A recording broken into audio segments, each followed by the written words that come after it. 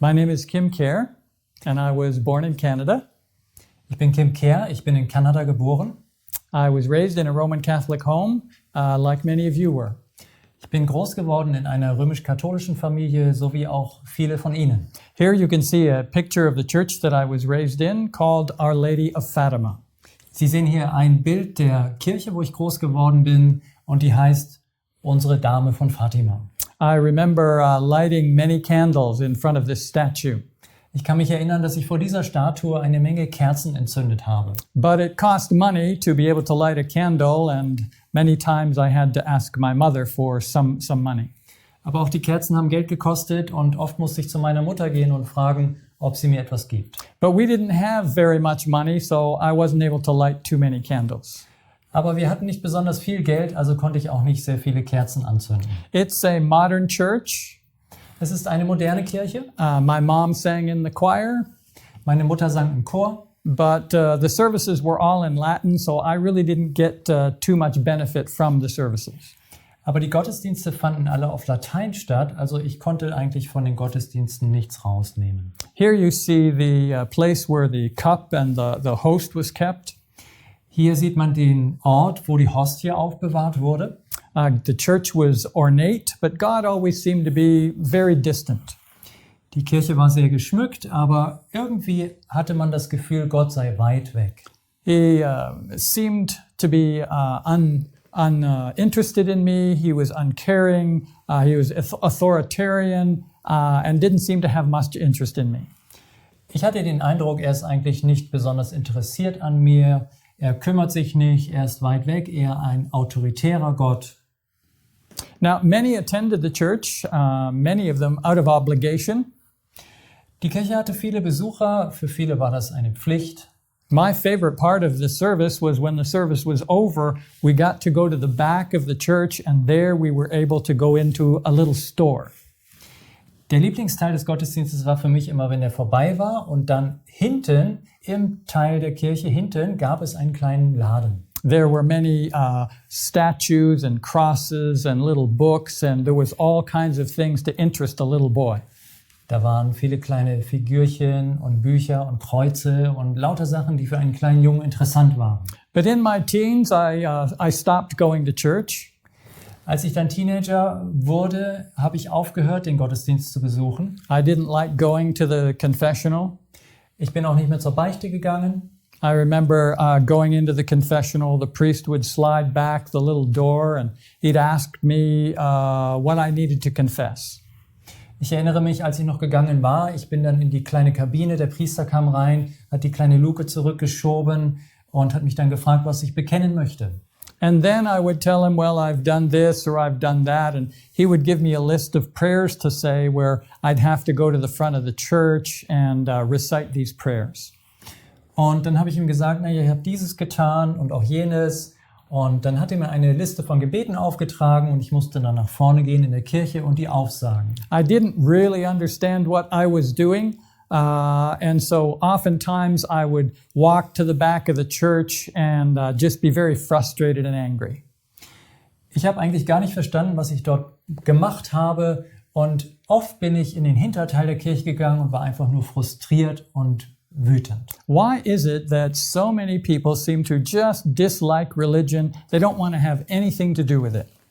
Wie kann das eigentlich sein, dass es so viele Menschen gibt, die mit Religion einfach nichts am Hut haben wollen? One of the reasons is war. Einer der Gründe dafür ist Krieg. We can see through the history of Europe, there were many, many religious wars. Wir können in der europäischen Geschichte feststellen, es gab sehr viele religiöse Kriege. Here's a picture of the St. Bartholomew's Days Massacre. Man sieht hier ein Bild von dem Massaker in der Bartholomäusnacht. The targeted assassination of the Huguenots. Das war eine gezielte Ausrottung der Hugenotten. A bell in the dead of night rung, and this was the signal for the assassination of many, many people while they slept. Mitten in der Nacht erklang eine Kirchenglocke und das war das Signal dafür, dass viele, viele Menschen ermordet wurden in ihrem Schlaf sozusagen. Thousands of Protestants were quietly sleeping in their beds at night under the protection of both the clergy and the king. Tausende von Protestanten verbrachten eine ruhige Nacht im Bett, vermeintlich, denn sie waren ja unter dem Schutz sowohl der Kirche als auch des Staates. But the signal in the dead of night, that bell ringing, many soldiers went into those homes, dragged people out of their beds into the streets and killed them in cold blood. Aber als dieses Signal erklang, die Glocke mitten in der Nacht, da sind die Soldaten eingedrungen in die Häuser, haben diese Menschen herausgeschleppt auf die Straßen und dort getötet. The Queen Mother and the Catholic advisors plotted and executed some 30 to 70,000 people over the course of a few days. Die Königin, die Mutter und auch andere haben in diesem Anschlag 30 bis 70.000 Menschen getötet.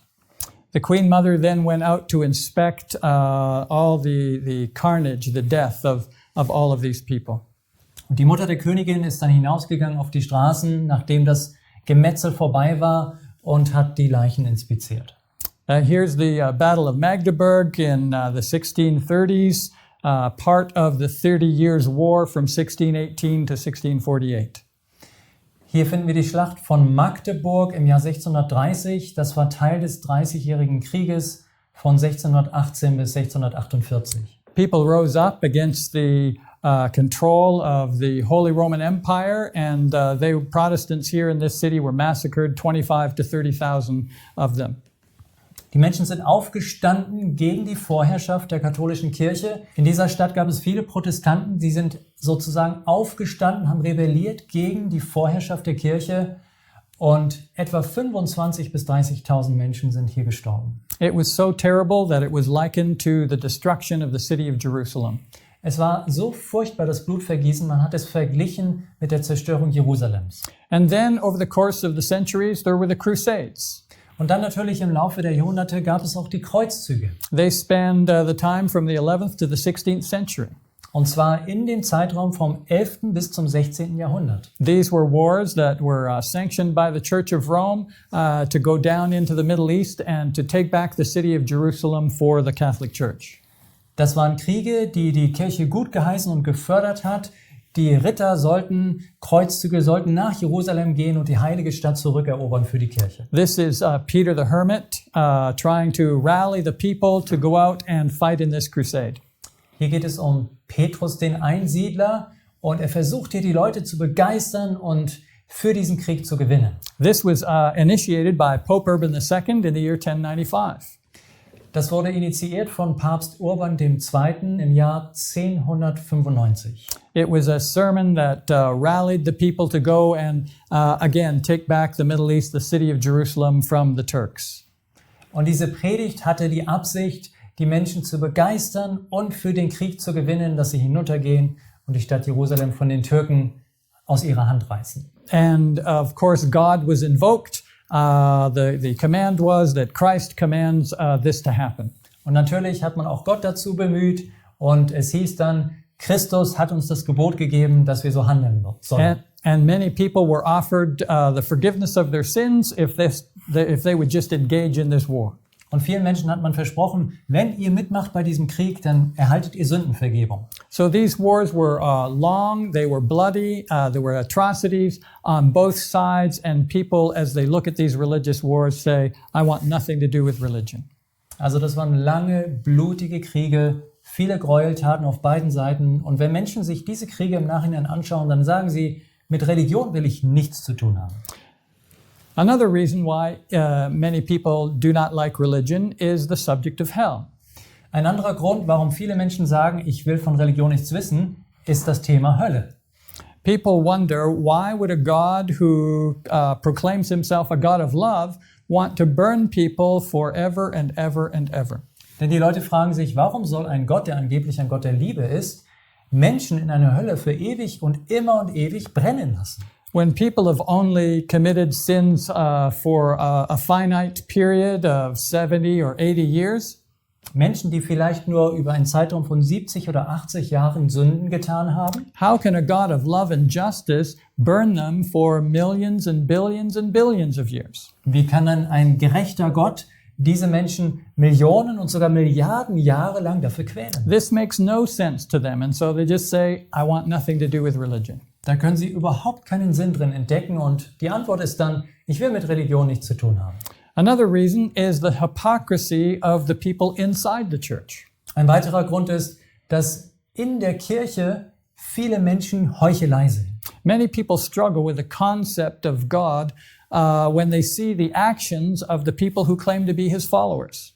Viele Menschen bekommen Probleme mit ihrem Bild von Gott, wenn sie sehen, wie seine angeblichen Nachfolger sich verhalten. People seem to wear this mask where they're good one day of the week, but then the rest of the week it's very, very difficult to live with them. Anscheinend tragen viele einen Tag in der Woche eine Maske, aber in der übrigen Zeit kommt man kaum mit ihnen klar. They command you to do one thing and then they do the opposite themselves. Sie sagen dir, tu das, aber sie selber tun das Gegenteil. If they really believe and they really believe in God as a God of love, then why are they so unkind to their neighbors? Wenn sie wirklich glauben, wenn sie wirklich an einen Gott der Liebe glauben, warum verhalten sie sich so unfreundlich gegenüber ihren Mitmenschen? Another reason is the suffering in the world. Und dann ein weiterer Grund natürlich das Leid in der Welt. How can a God of love allow people to suffer? Wie kann ein Gott der Liebe zulassen, dass Menschen so leiden? Why doesn't he step in and do something? Warum greift er nicht ein und tut etwas? Why is there so much suffering in the world? Warum gibt es auf dieser Welt so viel Leiden? And then God seems to be very distant. Und dann hat man auch den Eindruck, Gott ist weit weg. For many rather, God is not someone who is close to them. Viele haben das Empfinden, dass Gott ihnen gar nicht nahe ist. He seems aloof. He seems unconcerned. He's very, very far away. Er ist irgendwo dort weit oben. Er hat mit ihnen nichts zu tun, weit weg. God really doesn't care about this world, is their idea. Sie haben die Vorstellung, Gott ist eigentlich egal, was auf dieser Welt passiert. He seems to be an absent parent, someone who's not really concerned with this little small planet. Es ist sozusagen wie ein Vater oder eine Mutter, die ihr Kind irgendwie jemand anders überlassen haben. Er hat nicht wirklich Interesse an diesem Planeten. And then one of the final reasons is that there just doesn't seem to be any evidence that there is a God. Und dann ein letzter Grund, den viele Menschen anführen, ist, dass sie sagen, naja, man kann doch Gott doch überhaupt nicht beweisen. Wo gibt es denn Hinweise für ihn? The heavens are silent. Der Himmel schweigt. The natural world seems to provide no evidence whatsoever. Und wenn sie in die Natur schauen, dann können sie anscheinend auch keine Beweise entdecken. In fact, as many people study the earth or they look into the heavens, they see no evidence at all. They think this all just happened naturally. Und viele Menschen heute, sie schauen in den Himmel, sie schauen sich die Erde an und sie denken sich, das ist alles auf natürliche Weise entstanden. Das hat nichts mit Gott zu tun. Combining this with the idea that God is very distant, und wenn dann noch die Vorstellung dazu kommt, dass Gott ganz weit weg ist, they say even if God was there, he is just so concerned with the rest of the universe, this small planet is not very high on his list. Dann sagen sie, naja, selbst wenn es einen Gott gäbe, das Universum ist so groß, er hat so viel zu tun, dieser kleine Planet, der ist auf seiner Liste ganz weit unten. God seems to be cold, distant, uncaring, and just is unconcerned with this world. Man hat den Eindruck, so diese Menschen, dass Gott kalt ist, dass er weit weg ist, sich nicht kümmert um uns und einfach kein Interesse hat. So these are some of the reasons that people reject the idea of God. Das sind einige der Gründe, warum Menschen die Vorstellung ablehnen, dass es einen Gott geben könnte. This is some of the reasons why they reject God. It seems to be a mockery. Einige Gründe, warum sie sagen, nein, es gibt keinen Gott, das wäre doch ein Hohn. If there is really a God who is like this, then we don't want to have anything to do with him. Wenn es wirklich so einen Gott gäbe, dann möchte ich mit ihm gar nichts zu tun haben. If this is religion, I want nothing to do with it. Wenn das Religion sein soll, dann habe ich nichts dafür übrig. And you know, I can agree with them. Und wissen Sie was? Ich kann das verstehen. If this was the kind of God that the Bible talks about, then we wouldn't be interested at all either. Denn wenn Gott wirklich so wäre, wenn die Bibel ihn so beschreiben würde, hätte ich auch kein Interesse an ihm. In fact, even Jesus did not like religion. Und wissen Sie was? Selbst Jesus hatte für Religion gar nichts übrig. We read in the Gospel of Matthew, chapter 6 and verse 2. Wir lesen im Matthäus-Evangelium, Kapitel 6, ab Vers 2.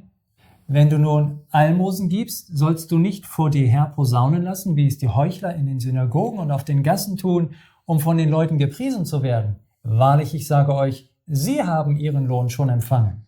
Jesus called religionists hypocrites. That means he considered them just actors. Jesus hat diese religiösen Menschen einfach Heuchler genannt, also jemand, der ein Schauspieler ist. All their religion was to be seen of men, to put on a show. Ihre ganze Religion bestand darin, dass die Menschen sie sehen. Das war eine große Show. And the reason they were doing this is so that they could receive the praise of men. Und warum haben sie das gemacht? Sie wollten gerne das Lob einheimsen von den Menschen. Now we read verse 5. Jetzt lesen wir Vers 5.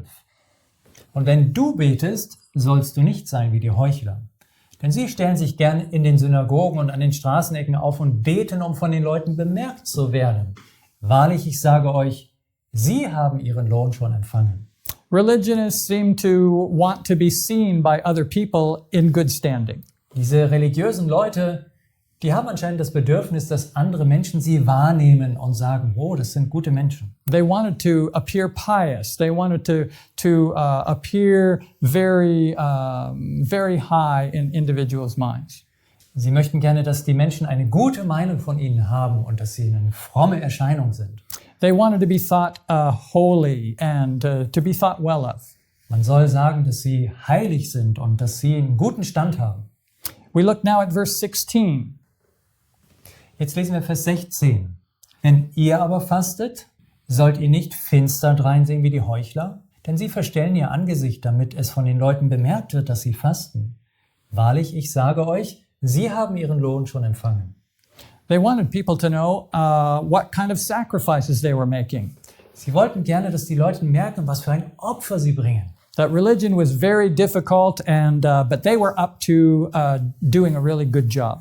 Dass der Glaube etwas sehr Schwieriges war, Anspruchsvolles, aber sie meisterten das ganz gut. They wanted the sympathy of the crowds to let everybody know just how pious and how well heaven thought of them.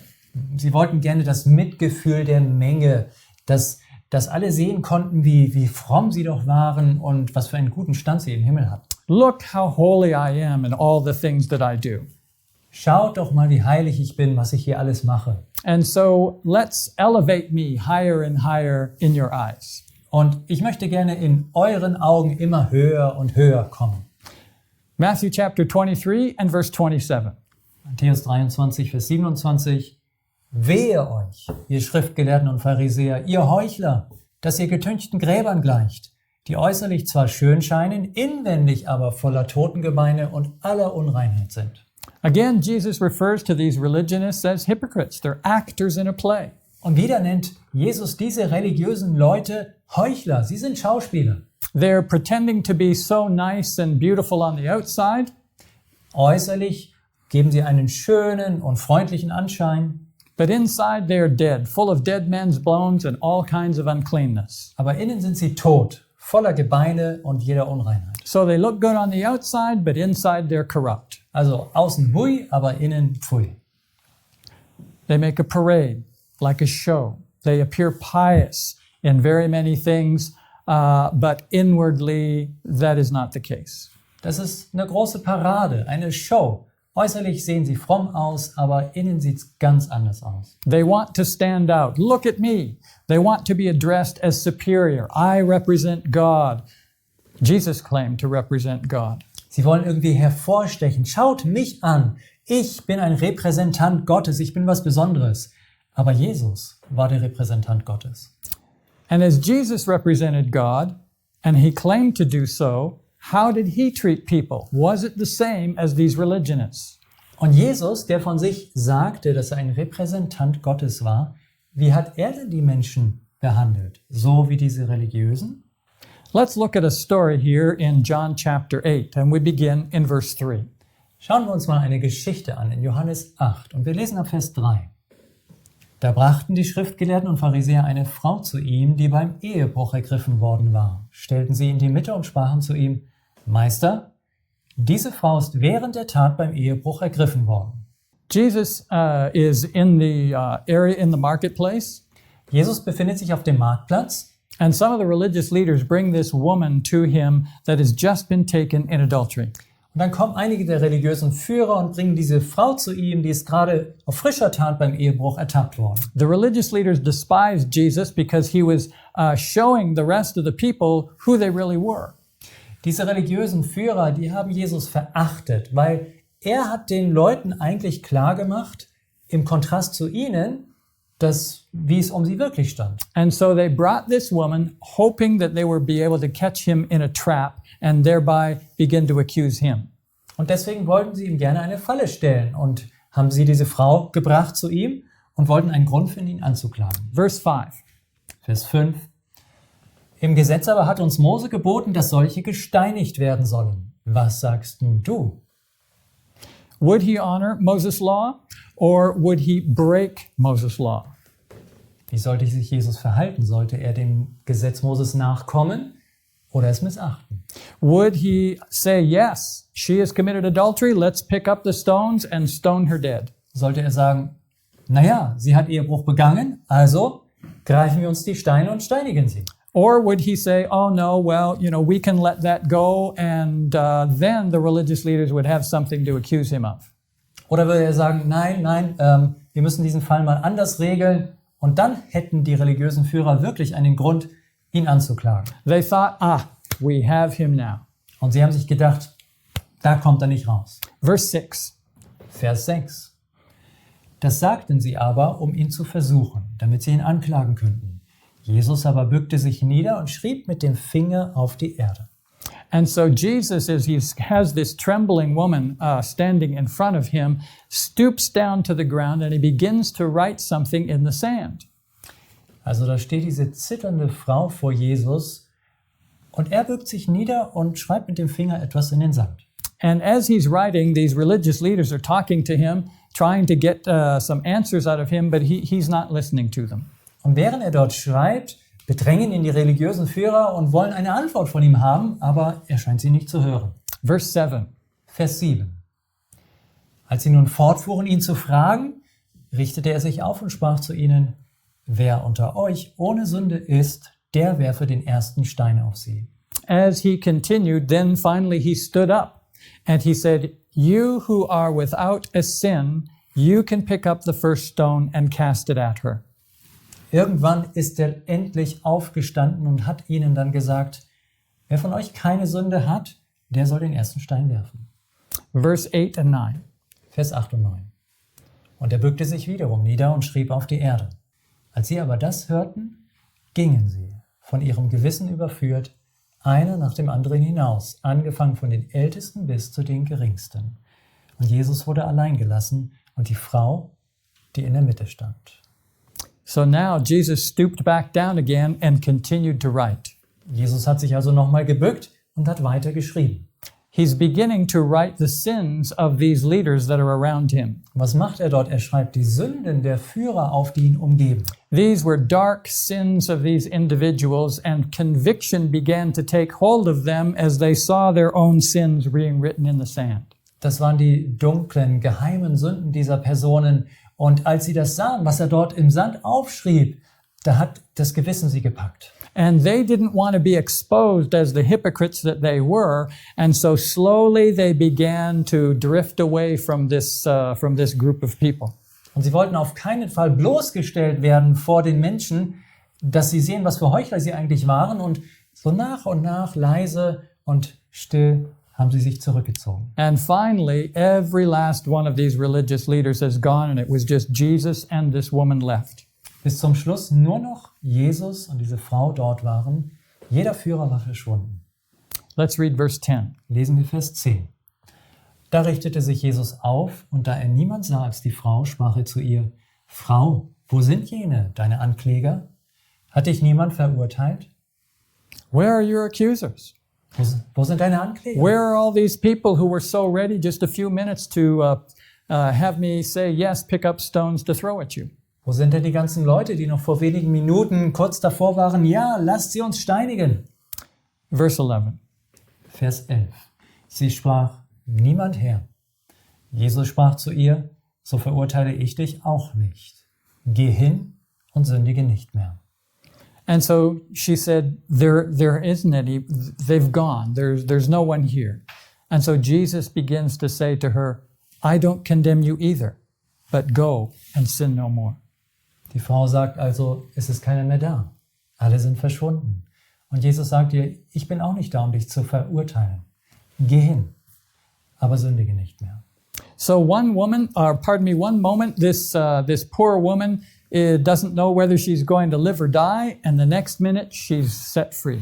Also noch kurz zuvor hat die Frau sozusagen den Tod ins Angesicht geschaut und hat das erwartet und kurze Zeit später ist sie auf einmal frei. One minute she's in bondage to a lifestyle, and the next she's set free to a new pure life. Kurz zuvor war sie noch gebunden in ihrem früheren Lebensstil und jetzt wird sie freigelassen von Jesus, ein neues Leben zu führen. I didn't understand this about Jesus, about God when I was growing up. Ich habe das damals nicht verstanden, als ich groß geworden bin, dass Gott so war, dass Jesus so war. In fact, in my teenage years, I was lost and I just didn't want to be found. I was happy with the lifestyle I was living. Als Teenager bin ich ausgerissen. Ich war weg und ich war glücklich. Keiner sollte mich finden. Ich war glücklich mit meinem Leben. As I got a little older, into my later teenage years, I began to use alcohol and drugs and all the lifestyle that goes along with those things. Als ich älter wurde, in meinen späteren Teenagerjahren, dann fing ich an mit Alkohol und Drogen und diesen ganzen Sachen, die mit dem Lebensstil zusammenhängen. People would talk to me and say, you know, you really should do something about this alcohol and drug problem that you have because it's hurting your life and could hurt your chances later in life. Es ging so weit, dass die Leute zu mir kamen und sagten, du solltest mal was unternehmen wegen deinem Alkoholkonsum und Drogen. Das könnte nämlich dir wirklich schaden und dein späteres Leben zunichte machen. But I didn't think I had a problem at all. I thought maybe they had a problem. Let me live my life, you live yours the way you want to. Aber ich hatte gar nicht das Gefühl, dass ich Hilfe brauchte oder ein Problem hätte. Ich habe mir gedacht, na, ihr habt das Problem, ich nicht. Lasst mich mein Leben führen. So one day I was coming home from work and I was on the train with crowded, many people on the train. Eines Abends kam ich nach Hause mit dem Zug und ich war unterwegs. Der Zug war sehr voll besetzt mit vielen Menschen von der Arbeit. And as I got to my stop, the gentleman sitting beside me was one of the passengers that got up and went out the door. Und als ich dann an der Station war, wo ich aussteigen wollte und die Tür öffnete sich, da sprang der Mann neben mir auf und rannte durch die Tür. And then as the passengers started to come in, here was this smiling gentleman coming right in towards me. Und dann kamen eben die anderen Passagiere wieder rein und da kam ein Mann auf mich zu und er hatte ein Lächeln auf dem Gesicht. I recognized him. His name was Bob and he was someone that I had gone to high school with. Ich erkannte ihn, er hieß Bob und es war jemand, mit dem war ich damals zur Schule gegangen. He came and sat down right beside me. Er kam zu mir und setzte sich direkt neben mich. We got reacquainted a little bit. Wir haben uns wieder so ein bisschen aufgewärmt. And then he began to talk to me about Jesus. Unsere Beziehung und dann fing er an, mit mir über Jesus zu reden. And I wanted to crawl under the seat. Und ich wäre am liebsten unter den Sitz gekrabbelt. There was nowhere I could go. I was a captive audience. Aber ich konnte nirgendwo hin. Ich war ein gefangener Zuhörer. I didn't even want anybody around me to know that I knew this person. Und ich wollte nicht mal, dass irgendjemand um mich herum merkt, dass ich diesen Menschen kenne. And so I waited and finally my stop came and I was out of there as fast as I could go. Ich habe gewartet, ich habe das über mich ergehen lassen und schließlich kam die Station, wo ich dann aussteigen sollte und ich war so schnell es ging draußen. This had happened many times before. Sometimes I would be hitchhiking. Das war mir schon oft passiert. Manchmal war ich auch per Anhalter unterwegs. Somebody would pick me up and then as we were driving, they would want to talk to me about Jesus. Jemand hat mich mitgenommen und dann auf der Fahrt fing er an, über Jesus zu reden. As soon as they did that, I said, hey, stop the car and I'm out and this is as far as I want to go. Aber sobald er anfing, habe ich immer gesagt, Sie können den Wagen anhalten, ich möchte gerne raus, ich will hier nicht weiter. So I breathed a big sigh of relief when I was able to get out of the train and leave Bob behind. Also als ich endlich aus dem Zug raus konnte und Bob zurücklassen, da habe ich tief Atem geholt, war erleichtert. In the next day or so, I was walking home past a grade school that Bob and I had attended. Einen Tag oder einige Tage später war ich dann unterwegs und kam an einer Schule vorbei, an einer weiterführenden Schule, die Bob und ich besucht hatten. It was in a neighborhood and I was walking down the middle of the road. Das war in der Nachbarschaft und ich war mitten auf der Straße unterwegs. And as I was in the middle of the road, here comes Bob out of his house onto the same street that I'm walking on. Ich war gerade mitten auf der Straße und da kommt Bob aus seinem Haus auf die Straße raus, auf der ich gerade unterwegs bin. I felt very vulnerable at the time. I wondered there's no place to hide. Where am I going to go? Ich fühlte mich sehr verwundbar in dieser Situation. Ich habe mich umgedreht. Hier gibt es keinen Ort, wo ich mich verstecken kann.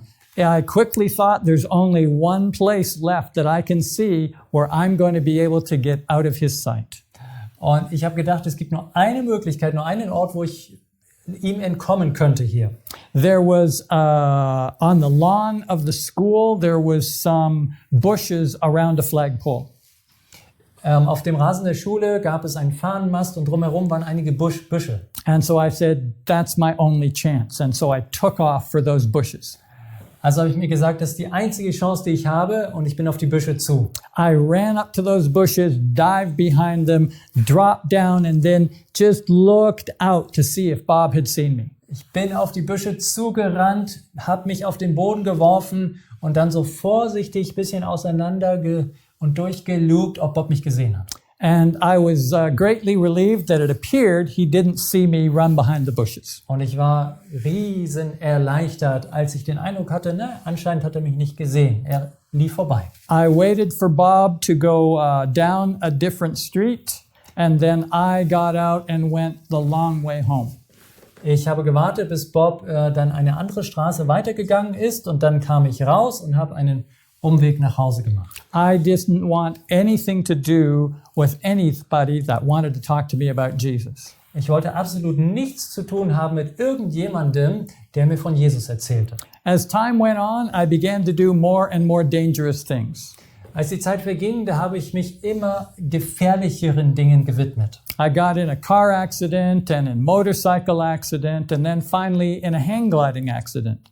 Ich hatte mehrere Unfälle, zuerst mit dem Auto, dann mit dem Motorrad und dann mit einem Gleitdrachen.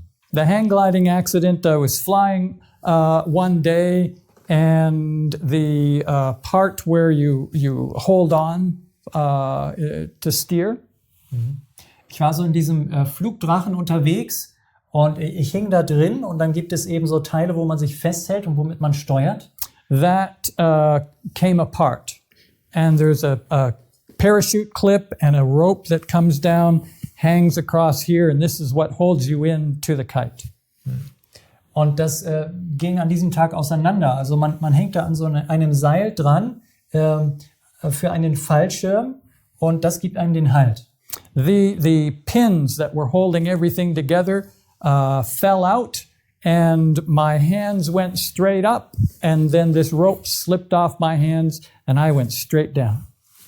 Aber irgendwie die Schrauben, die das zusammengehalten haben, die haben sich gelöst, und das ging auseinander. Meine Hände gingen nach oben und auch das Seil rutschte weg und ich fiel nach unten. And I hit the ground and snapped my leg in two. Ich bin am Boden aufgekommen und mein Bein wurde gebrochen in 2 Teilen. And I had another friend there, and he got an ambulance. The ambulance took me to the hospital, and they put a couple of screws in my leg to screw it back together again. Ich war mit einem Freund von mir dort unterwegs, und er hat natürlich den Krankenwagen gerufen, und sie haben dann mit einigen Schrauben mein Bein gerichtet. And now I had time. I couldn't go to work. I couldn't go to school. I was laid up in the apartment where I was living. Jetzt hatte ich natürlich eine Menge Zeit. Ich konnte nicht arbeiten, ich konnte nicht zur Schule gehen. Ich war praktisch gebunden an meine kleine Wohnung, wo ich lebte. And I had much time to think, what would have happened if I had died? Und ich hatte viel Zeit nachzudenken und mir zu überlegen, was wäre eigentlich gewesen, wenn ich gestorben wäre? Where would I go? Wo wäre ich gelandet? I knew my life was bad. Ich wusste, ich führte ein schlechtes Leben. I recognized that I wasn't happy. Mir war auch klar, dass ich nicht glücklich war. I could party and party and party, but when I would lie in my bed, I would still think, is there something better? Ich konnte eine Party nach der anderen feiern, aber wenn ich dann irgendwann in meinem Bett lag, war trotzdem die Frage da, gibt es nicht noch was Besseres? I did not want anything to do with God, though. Mit Gott allerdings wollte ich nichts zu tun haben. Many times people think that they are much better off in that kind of lifestyle. Oft denken die Leute, wenn sie so ein Leben führen können, dass es ihnen viel besser geht. Maybe they're better off financially or they're better off educationally. Vielleicht können sie mehr Geld verdienen oder sie haben eine bessere Ausbildung. But alcohol is a big, big problem and causes many accidents and deaths. Aber Alkohol ist ein Riesenproblem und ist der Grund für viele Unfälle und Todesfälle. And then there are terrorist issues that causes more people to worry, and the world is unstable economically. Und viele Menschen machen sich dann auch Sorgen über terroristische Akte und auch wirtschaftlich ist die Welt unsicher. For many people, life has little purpose. Viele Menschen haben im Leben wenig Sinn. They indulge themselves, but they really have no peace of mind. Sie versuchen das Leben zu genießen, aber innerlich haben sie keine Ruhe. And when people resist the Bible and resist religion and resist Jesus, Und wenn die Leute die Bibel ablehnen und die Religion und Jesus, they often turn to the occult. dann wenden sie sich oft dem Okkulten zu. They still want some kind of supernatural purpose or supernatural beings to communicate with. Denn sie haben trotzdem das Bedürfnis nach dem Übernatürlichen, dass da irgendetwas ist oder Wesen, mit denen sie kommunizieren können. But they don't want to have anything to do with God. Aber mit Gott wollen sie nichts zu tun haben. And this is where I started. Und so begann es auch bei mir. I wanted to know what was going to happen if I would die. Ich habe mir die Frage gestellt, ja, was passiert, wenn ich sterbe? If there was a heaven, I was pretty sure I wasn't going there. Sollte es einen Himmel geben, da war ich ziemlich sicher, dort würde ich nicht landen. And if there was a hell, I sure did not want to go there. Und sollte es eine Hölle geben, dann war ich sicher, dort will ich nicht hin. So I started looking in the occult. Also habe ich mich mit dem Okkultismus beschäftigt. But it didn't seem to do anything for me either. Aber irgendwie hat mir das auch nichts gebracht. I didn't want to go back to the Catholic Church. Ich wollte nicht zurück zur katholischen Kirche. But maybe there's something beyond the grave that I just don't know about. Aber vielleicht gab es doch etwas über das Grab hinaus, von dem ich noch nichts wusste. One day I was at a friend's house, a different friend from Bob. Eines Tages war ich im Haus eines Freundes, nicht Bob. And he had a lot of books in his home. Er hatte eine Menge Bücher zu Hause. And so as I was looking through the titles, Und als ich mir so die Titel mal angeschaut habe, I thought, oh, that's a book that looks interesting. da fand ich ein Buch und dachte mir, oh, das sieht interessant aus. And so I asked can I borrow this book? Also habe ich gefragt, darf ich mir das Buch mal ausleihen? It was a book about prophecy. Und dieses Buch war über Prophetie. It was telling people what were going to happen at the end of the world. Und es handelte davon, was wird am Ende der Welt passieren. And so the name of the book was called The Late Great Planet Earth. Das war der Titel des Buches, The Late Great Planet Earth, oder zu Deutsch, der großartige Planet Erde, ein Nachruf. And I was fascinated as I read through the pages. Und als ich die Seiten Seite um Seite durchgelesen habe, hat mich das fasziniert. But the author wanted to tell me more than just about events that were going to happen in the world. Aber der Autor wollte eigentlich seinen Lesern mehr vermitteln, als einfach nur das und das und das wird passieren am Ende der Welt. So one day, while I was at home in my bedroom and I was had my leaning on the chest of drawers, leaning on the drawers where you put your clothes. Und eines Abends war ich zu Hause und you were reading? Yes. Und ich hatte es mir gemütlich gemacht und war am Lesen. I came to the place where the author said, "Why don't you invite Jesus into your heart?" Und dann kam ich an eine Stelle, wo der Verfasser sagte, warum laden Sie nicht Jesus in Ihr Herz ein? And I felt some conviction to do this, but I still didn't want anything to do with religion or with Jesus. Und ich fühlte so einen gewissen Drang, das auch zu tun, aber trotzdem wollte ich an der Stelle mit dem Glauben und mit Jesus noch nichts zu tun haben. So I just skipped over that sentence Also habe ich den Satz einfach übersprungen and began to read it the next sentence. und habe den nächsten Satz gelesen. But the author was smart and figured maybe I would probably do that. Aber der Autor war nicht dumm und hat sich gedacht, vielleicht macht der Leser sowas. So the next sentence said, "Well, did you do it?" Und im nächsten Satz stand dann, Nun haben sie es getan. Now I really felt much conviction that this was something that I needed to do to give my life to God. Und jetzt wurde der innere Drang, die Überzeugung noch größer, dass ich das wirklich tun sollte und mein Leben Gott übergeben. I didn't quite know what I was doing, but I just bowed my head where I was, asked Jesus to come into my life, take over my life, and then lifted my head and continued reading. Ich wusste nicht wirklich, was ich dort tue, wie ich das machen soll, aber ich habe mich einfach hingekniet, mein Haupt geneigt und habe Jesus gesagt, komm in mein Leben. Und dann stand ich wieder auf und habe weitergelesen. But it was from this point in my life that things began to change. Aber das war der Wendepunkt in meinem Leben.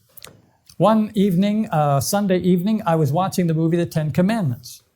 Jetzt fingen Dinge sich an zu verändern und an einem Sonntagabend, ich war dabei, habe einen Film gesehen über die 10 Gebote. I had seen it before, but it's a very long movie, and so I couldn't remember, what happens at the end. Das ist ein sehr, sehr langer Film. Ich hatte den schon gesehen, aber ich konnte mich nicht mehr an jede Szene erinnern. And as I was watching, a time came on where a commercial came on, and I jumped up and went to the kitchen to make something to eat. Und dann kam so eine Werbepause und ich bin aufgestanden in die Küche und habe mir was zu essen gemacht. So I made myself a sandwich. I came back into the living room, and there on the television was a globe all on fire. Ich habe mir ein Brot geschmiert und ging dann zurück ins Wohnzimmer und dann sah ich auf dem Fernsehschirm der Globus in Flammen. Now I had just finished reading this book, Nun, ich hatte ja gerade dieses Buch fertig gelesen, The Late Great Planet Earth, The Late Great Planet Earth, that talked about the end of the world, and now here I'm seeing the world on fire. I was fascinated by this commercial. und das handelte ja von dem Ende der Welt und jetzt sah ich in diesem Werbespot die Welt in Flammen, das hat mich gepackt. So it was advertising a series of lectures that would be tell you what the Bible said about the end of the world. Und das war Werbung für eine Reihe von Vorträgen oder so Studienanleitungen, wo es darum ging, was sagt die Bibel über das Ende der Welt? I was so enamored with the commercial that I forgot to write down the address and the time. Und diese Werbeanzeigung hat mich so fasziniert, dass ich gar nicht daran gedacht habe, aufzuschreiben, die Nummer, wie ich in Kontakt treten kann. So I watched the rest of the evening, watched through the movie, and watched late into the night for that commercial to come on again. Also habe ich weiter den Film geschaut bis zum Ende und es war schon spät nachts und ich habe gehofft, dass diese Werbung nochmal kommt. But it never did. Aber sie kam nicht. So I went to school the next day. Also ging ich am nächsten Tag in die Schule. I was in college at the time. Damals habe ich studiert im College. And before classes began, I went to the phone booth and I dialed the television station where that commercial came on. Und bevor der Unterricht begann, bin ich zur Telefonzelle und habe die Fernsehgesellschaft angerufen, von der diese Werbung kam. And this nice lady came on the phone. Da kam eine freundliche Dame. And I asked her, last evening, the movie The Ten Commandments, there was this commercial with a globe on fire. What time were the meetings and where are they going to be held? Und dann habe ich gefragt, gestern Abend kam ja dieser Film und da war die Werbung drin mit dem Planeten, der in Flammen stand. Und da ging es um Vortragsabende. Können Sie mir sagen, wo und wann die stattfanden? And she said, sir, I'm very sorry, but we didn't have a commercial on like that last night. Und dann sagte sie, es tut mir sehr leid, mein Herr, aber so einen Werbeclip hatten wir gestern gar nicht. And I was kind of stunned. I didn't know what to say. And so I slowly hung up the phone and I went to my classes. Ich wusste überhaupt nicht, was ich sagen sollte. Ich war sprachlos. Ich habe den Hörer aufgehängt und ging in den Unterricht. But all through my classes, I really couldn't concentrate. My mind was on, I saw this commercial. Aber ich konnte mich überhaupt nicht auf die Vorlesung konzentrieren. War in Gedanken ständig bei diesem Werbeclip. So when classes were over that day, I went back to the phone booth and I called the TV station again. Also als dann der Unterricht beendet war an diesem Tag, bin ich wieder zur Telefonzelle und habe die Fernsehstation angerufen. And I got the same nice lady. Und wieder war dieselbe freundliche Dame dran. And I knew she was just going to tell me we didn't have a commercial on like that. Und ich wusste, sie würde mir nichts anderes sagen können, dass sie diese Werbung gar nicht gehabt haben. So I asked to speak to her supervisor.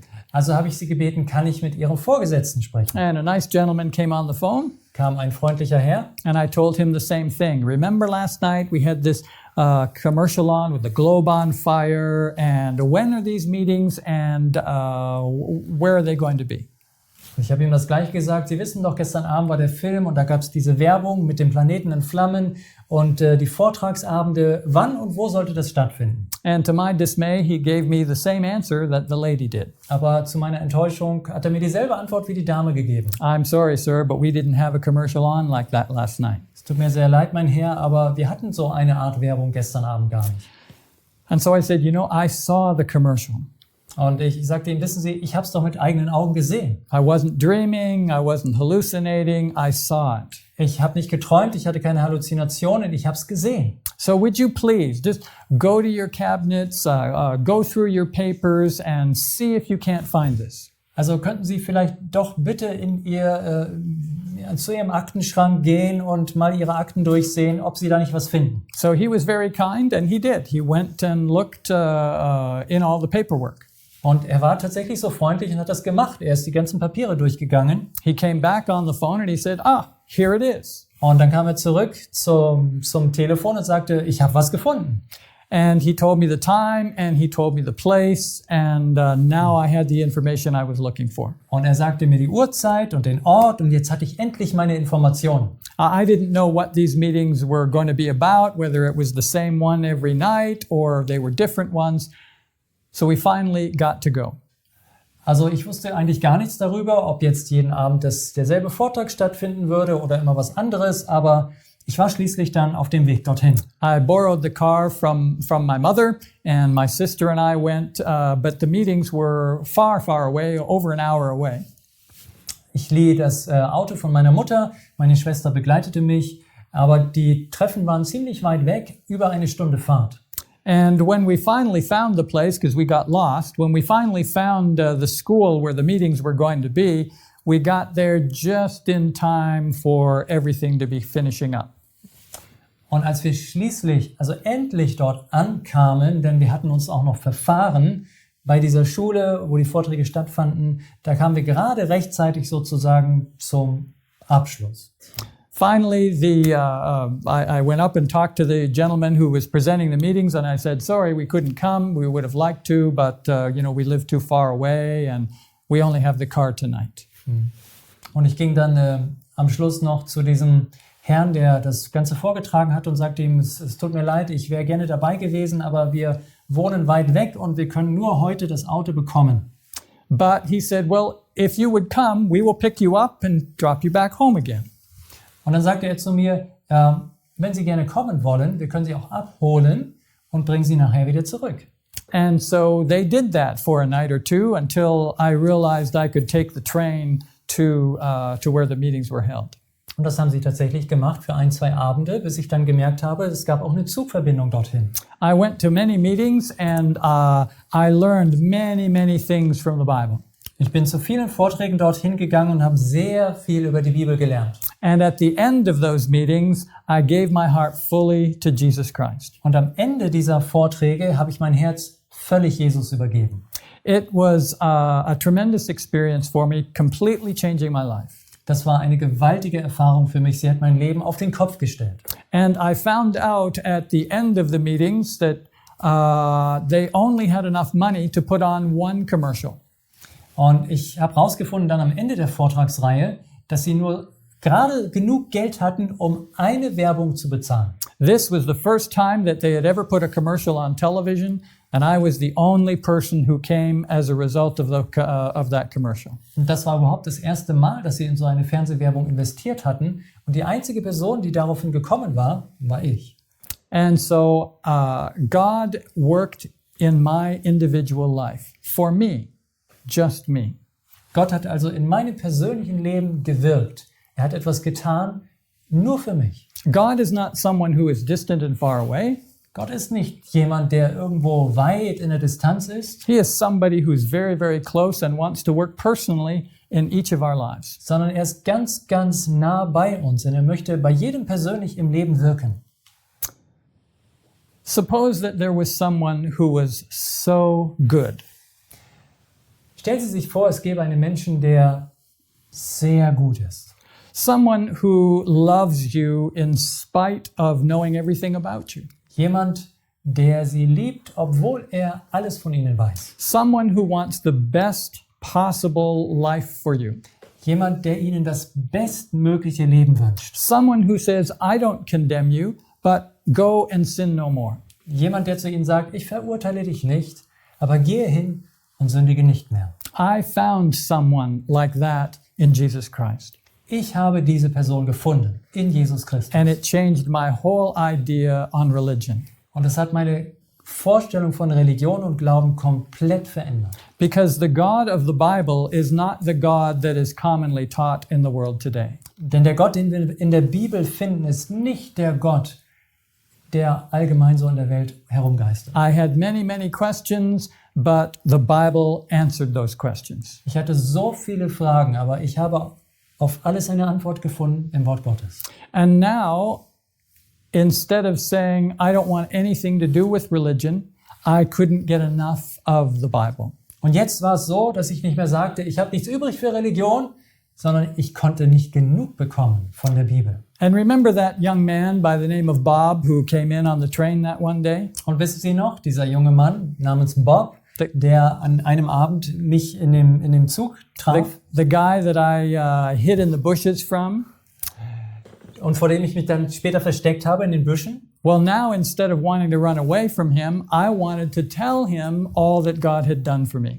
Ich hatte jetzt nicht mehr das Bedürfnis, vor ihm wegzulaufen, sondern ich wollte ihm gern von allem erzählen, was Gott für mich getan hatte. And so I went over to his house, knocked on the door. Also ging ich rüber zu seinem Haus, klopfte an die Tür. And I asked, is Bob here today? Und ich fragte, ist Bob da? And they said, no, I'm sorry, Bob has moved away and we don't know where he is and he's left no forwarding way to contact him. Und sie haben mir gesagt, die Leute dort, es tut uns leid, aber Bob ist umgezogen, er wohnt nicht mehr hier und wir haben auch keine Ahnung, er hat keine Adresse, Weiterleitung zurückgelassen. So I was somewhat disappointed, but I went home and I got down on my knees and I prayed and I said, God, you know where Bob is. You know how important it is that we get together. Is there some way that we could meet up again? Ich war natürlich enttäuscht, aber ich bin nach Hause gegangen, ich ging auf die Knie und habe gesagt, Gott, du weißt, wo Bob ist. Du weißt, wie viel es mir bedeutet, ihn noch einmal zu sehen. Gibt es nicht irgendeine Möglichkeit, dass wir uns begegnen? At that time, I was living in a city of about 3 million people. In dieser Zeit lebte ich in einer Stadt mit etwa 3 Millionen Einwohnern. But there happened to be a friend of mine that lived thousands of miles away that was visiting the city where I lived, visiting her parents. Aber es geschah so, dass ein Freund von mir, er wohnte eigentlich tausende von Kilometern weiter weg, zu dieser Zeit in der Stadt war. Er hat seine Eltern besucht. And I had confided in her that I was looking to find Bob. Das war also eine Frau, mit der ich befreundet war. Und ich hatte ihr anvertraut, dass ich gerne den Bob treffen wollte. I was driving a truck for a living. I was driving a truck at night, so I would sleep during the day. Ich habe damals mein Geld verdient mit LKW-Fahrten in der Nacht und ich habe tagsüber geschlafen. And one day while I was at sleep, this friend of mine happened to be out riding her bicycle. Und eines Tages, ich war eben im Bett und schlief, da war diese Freundin von mir unterwegs auf dem Fahrrad. And as she was riding, she heard someone call her name, Liz. Und während sie auf dem Fahrrad unterwegs war, hörte sie auf einmal jemanden ihren Namen rufen, Liz. She turned around to see who it was, but she didn't see anybody but the postman. Sie drehte sich um, aber sie konnte niemanden sehen, außer dem Briefträger. So she turned around and kept on driving. Also ist sie weitergefahren. But she heard the name again, Liz. Aber wieder hörte sie ihren Namen, Liz. She turned around and looked at that postman a little more closely, and it turned out to be Bob. Sie drehte sich wieder um und sah sich den Briefträger ein bisschen genauer an und siehe da, wer war's? So she rode over to him and they talked a little bit, got reacquainted. We had all gone to high school together, and she told him that I was trying to get in touch with him. Und natürlich hat sie dann gestoppt, sie ging zu ihm, sie haben ein bisschen die alten Zeiten aufleben lassen, denn wir waren alle zusammen in die Schule gegangen. Und dann hat sie mir gesagt, dass ich auf der Suche nach ihm war. Ihm gesagt. We finally got together and we just rejoiced talking about God, talking about Jesus and thanking him for how he had led in our lives. Und schließlich kam es zu dieser Begegnung und wir haben das so genossen. Wir haben uns ausgetauscht darüber, über Gott, wie wir Jesus gefunden haben und wie er uns zusammengeführt hatte. God wants to work in your life as well. Gott möchte auch in ihrem Leben wirken. He wants to personally come in contact with you. Er möchte ganz persönlichen Kontakt mit ihnen aufnehmen. Have you thought about maybe just taking a chance with God? Haben Sie sich schon mal überlegt, ob Sie nicht Gott eine Chance geben sollten? Have you thought about saying, I'm going to take a chance with him? Haben Sie sich schon mal den Gedanken gemacht, warum probiere ich es nicht einfach? We take chances with many different things in life. Wissen Sie, es gibt so viele Dinge, die wir einfach mal probieren. People take a chance with a job. Zum Beispiel, man nimmt einen Beruf an, eine Stelle. They may take a chance with education. Oder sie lassen es auf einen Versuch ankommen bei der Ausbildung, beim Studium. They might take a chance with a relationship. Vielleicht auch bei einer Beziehung. They take chances with many different things. Also man geht schon ein Risiko ein. Why not take a chance with God? Warum nicht Gott eine Chance geben? Why not just say, God, why don't you reveal yourself to me somehow in a way I can understand? Warum nicht einfach sagen, Gott, wenn es dich gibt, dann offenbare dich mir auf eine Weise, die ich verstehen kann. Give God a week or two. Geben Sie Gott 1 oder 2 Wochen Zeit. And as you read your Bible and seek to have God work in your life, Und wenn Sie dann die Bibel lesen und sich dafür öffnen, dass Gott in Ihrem Leben etwas bewirken kann, if you are very earnest and really truly want to have God reveal himself to you, wenn Sie das wirklich ernst meinen und das wünschen, dass Gott sich Ihnen offenbart, give him a week or two. dann geben Sie ihm 1 Woche oder 2. And if he is completely silent, Und wenn er absolut schweigt, then you have lost nothing. dann haben Sie auch nichts verloren. But if he reveals himself to you in a way that you understand, Aber wenn er sich Ihnen doch zeigt, auf eine Weise, die Sie verstehen, then you have gained everything. dann haben Sie alles gewonnen. So I want to encourage you that you may have felt like I felt. Und ich möchte Sie darum ermutigen, vielleicht haben Sie das Gleiche durchgemacht wie ich. You want nothing to do with religion. Vielleicht möchten auch Sie nichts zu tun haben mit Religion. For many of the reasons that we listed towards the beginning of our lecture. Aus diesen zahlreichen Gründen, die wir uns am Beginn des Vortrags angeschaut haben. I felt that way as well. Ich habe mich genauso gefühlt. But God revealed himself to me. Aber Gott hat sich mir offenbart. And he wants to do the same for you. Und dasselbe möchte er für Sie tun. Why don't we take a moment here just to pray, and you pray with me, and we will ask God to work in your life as well. Warum nehmen wir uns nicht eine Minute Zeit, gemeinsam zu beten? Ich werde beten und Sie können mit mir beten, dass Gott in Ihrem Leben wirkt. So please bow your heads with me as we pray. Lassen Sie uns zusammen das Haupt neigen, während ich bete. Dear Father in heaven, Lieber Vater im Himmel, thank you for the great love that you have for mankind. danke für die große Liebe, die du für die Menschheit hast. Thank you that you want to individually connect with each of us. Danke, dass du mit jedem Einzelnen dich verbinden möchtest. And there may be people watching this program who are not sure if you exist. Es gibt vielleicht Zuschauer, die sind sich nicht sicher, ob es dich überhaupt gibt. They may have been disillusioned for what they've seen in religion. Vielleicht sind sie desillusioniert worden durch das, was sie gesehen haben im Bereich des Glaubens. They may have been hurt by the church. Vielleicht sind sie verletzt worden von der Kirche. But they really and truly would want to be able to have a relation with God. Aber trotzdem würden sie wirklich und wahrhaftig gerne eine Beziehung mit dem wahren Gott haben. If you are one of those people, Wenn sie zu diesen Menschen gehören, ask God right now in your own way, dann bitten sie Gott in diesem Moment auf ihre Weise. Dear God, Lieber Gott, would you reveal yourself to me? kannst du dich mir offenbaren? Would you help me to know you, Kannst du mir helfen, dich kennenzulernen? that I might know the peace of my sins forgiven, Dass ich den Frieden erleben kann, dass meine Sünden vergeben sind? that I might know the joy of being right with God, Dass ich die Freude erleben darf, dass zwischen Gott und mir alles in Ordnung ist? Please work in my life and reveal yourself to me. Bitte wirke in meinem Leben und offenbare dich mir. And we thank you for doing it. Und ich danke dir, dass du es tust. In Jesus' name, Im Namen Jesu. amen. Amen.